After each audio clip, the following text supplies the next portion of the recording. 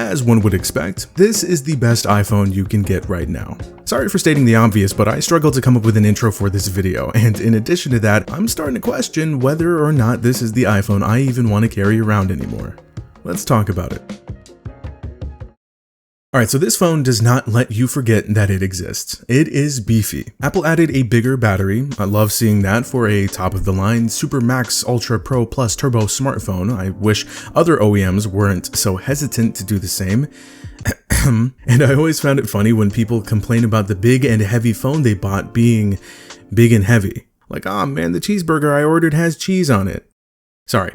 Anyway, the trade-offs for switching from grade 5 titanium back to aluminum makes sense, albeit a divisive move. Better heat dissipation, it's lighter and it's easier to work with and process, but man, shortly after I got the phone, I was at a friend's house and my caseless phone slipped through the cushions of her couch and onto the floor, and yeah. That ain't no problem. Huh? That ain't no problem. Well, I know, boo-hoo, right? I got over this pretty quickly, but it was a bummer when it happened. So yeah, it's not as scratch resistant this time, and I will say that it doesn't feel as premium as titanium or stainless steel, but it still doesn't feel cheap, and it's comfortable to hang on to. I remember at launch, this unibody design was polarizing, to say the least. I was unsure about it at first, but it's grown on me, and I like it now. It's the first true redesign the iPhone has gotten in a while. It's bold, recognizable, and people definitely notice it.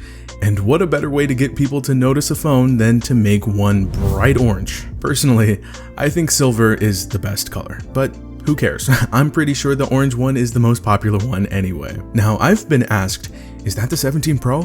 More times than I ever did with previous iPhones. The exception being the iPhone Air, when people would ask, what is that?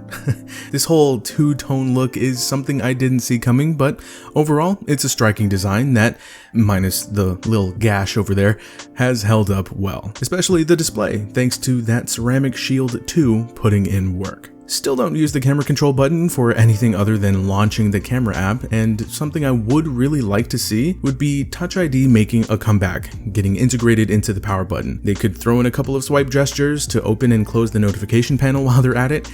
I know they've already tested Touch ID in the power button, but I think they need to try again. It'd be way more practical than a camera control button, in my opinion. Other things like cellular connectivity's been fine for me, and both the speakers and haptics are pretty great as expected, so no notes there.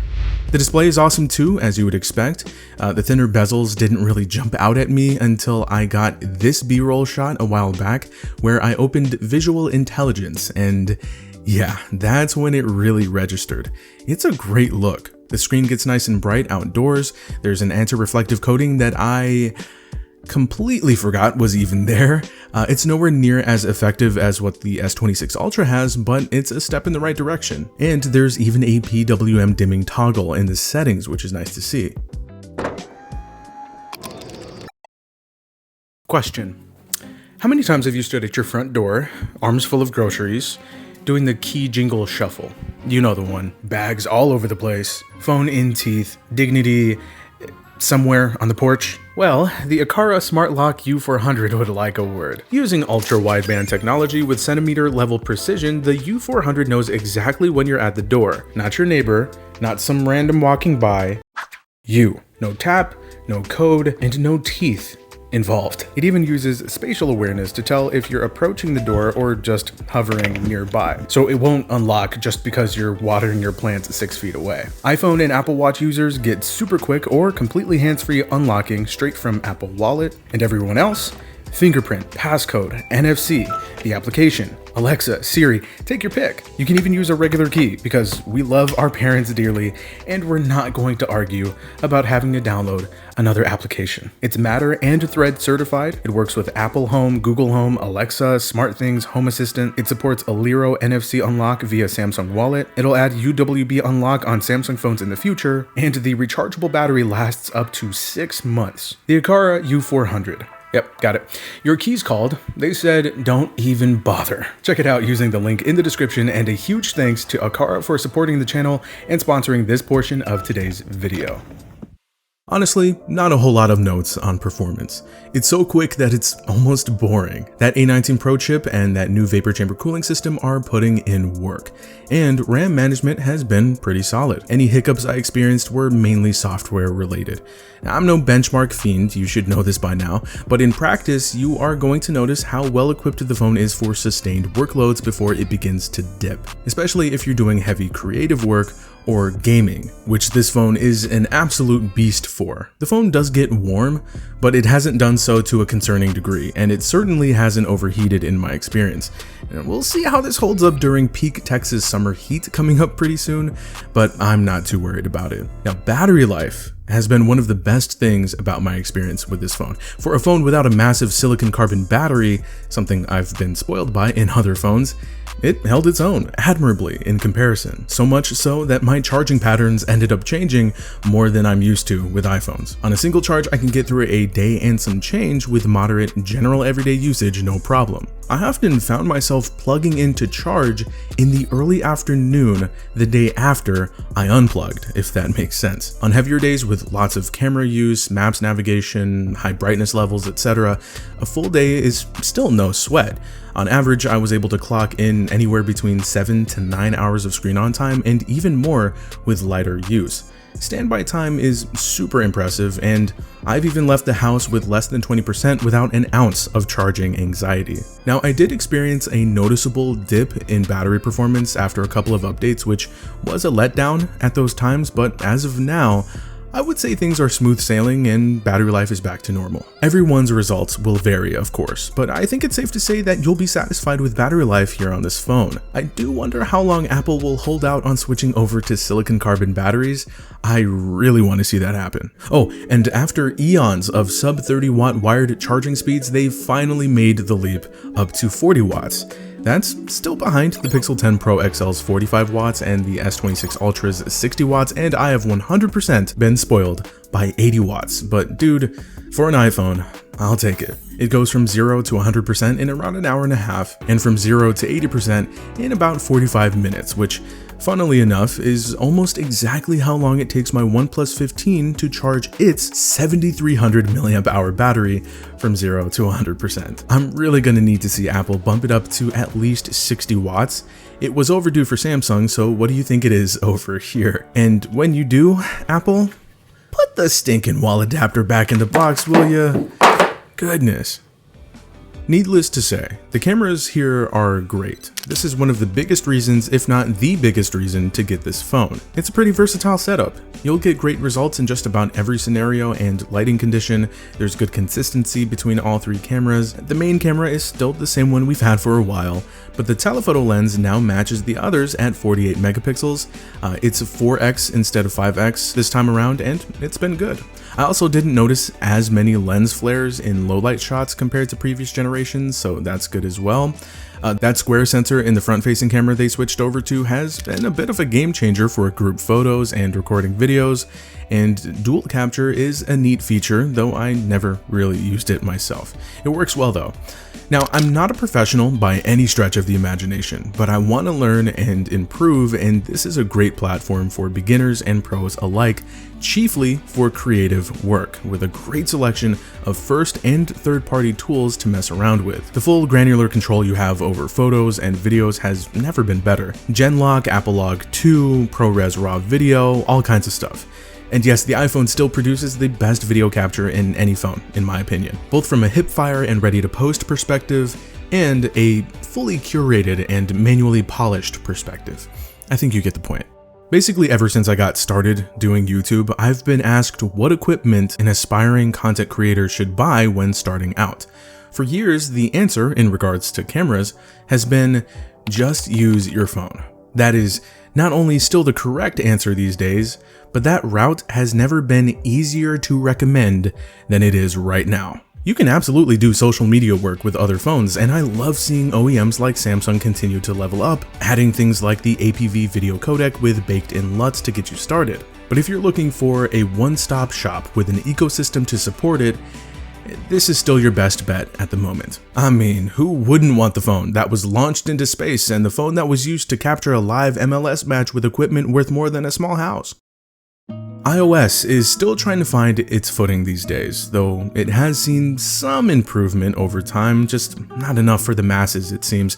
A lot of us are still experiencing all kinds of bugs. The keyboard still kinda stinks, and Siri is still Siri. But hopefully with iOS 27, we'll get what was promised long ago. I'm not super high on liquid glass. I think it's cool from a technological standpoint. It's certainly gotten better visually since it debuted. I've admittedly grown fond of the clear home screen icons, but overall, it just is what it is. I don't hate it, but I don't love it either. It's just kind of cool. I really like the addition of call screening and screening unknown messages. Those have been very welcomed features. They definitely help make things more peaceful. It's nice being able to copy and open links directly from a screenshot. This is super handy for when you come across an unclickable plain text URL. Oh, and I don't know why it took them so long, but you can finally change the snooze duration of an alarm in the clock app. You can set MP3s as ringtones directly from the Files app, and more recently, RCS end-to-end encryption started rolling out too, so thumbs up for that. Now I simply cannot hop on the apps just work better on iOS than they do on Android bandwagon. It's true in some areas, I'll give it that, but Google Drive still occasionally gives up on photo uploads, and YouTube's picture-in-picture still freezes from time to time, things that I don't experience on Android. It's also pretty mind-boggling how Apple still hasn't implemented true split-screen multitasking or clipboard history or a universal back gesture. Now, you can do the back gesture from just about anywhere on the display now. You don't have to start from the far left side, but this doesn't work well in every app. I can agree with things like the third-party application scene being generally better compared to Android. It's not completely bleak over here. In fact, there's a really cool camera app that just launched that I'm really looking forward to trying out. But yeah, you get the point. There are some great applications and neat projects that people are working on the iOS side. It's great to see. There's plenty to like here, but all in all, iOS 26 hasn't been my favorite. It's slowly moving in the right direction, but it still needs a lot of work, and it's been a bit of a letdown on older devices. Here's to hoping they can get it right with future iterations.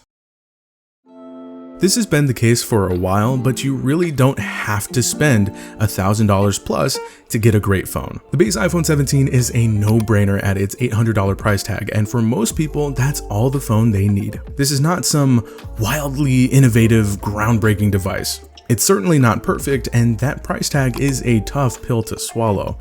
But the refinements are there, inside and out. This phone checks a lot of boxes, and in some ways, it leaves few boxes unchecked. And even with the base iPhone getting 120Hz, inching it closer to being a Pro-like phone itself, the Pro Max feels a little more isolated than it has been, and that's a good thing. Like, the Pro Max feels even more utilitarian as Apple continues pushing it further into living up to that Pro moniker. In totality, the 17 Pro Max is excellent. Apple seems to have regained its balance a little bit after 2 years of touting things like titanium and built for Apple Intelligence as main selling points.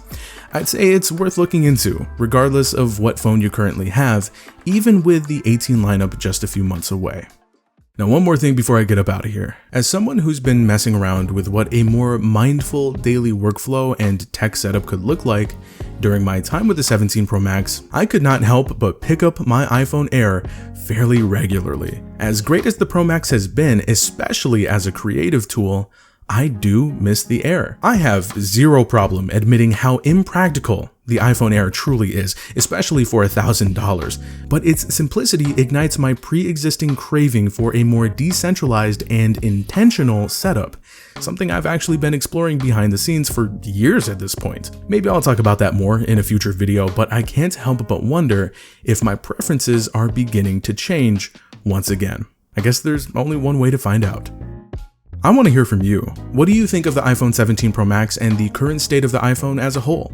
Have any thoughts on the iPhone Ultra? Let's talk about it in the comments. If you made it to this point of the video, you are awesome. You know what to do. Drop a potato, leave a like, and subscribe. I would love to reach 300K before the year is over. Your support means a lot. Thank you so much for watching.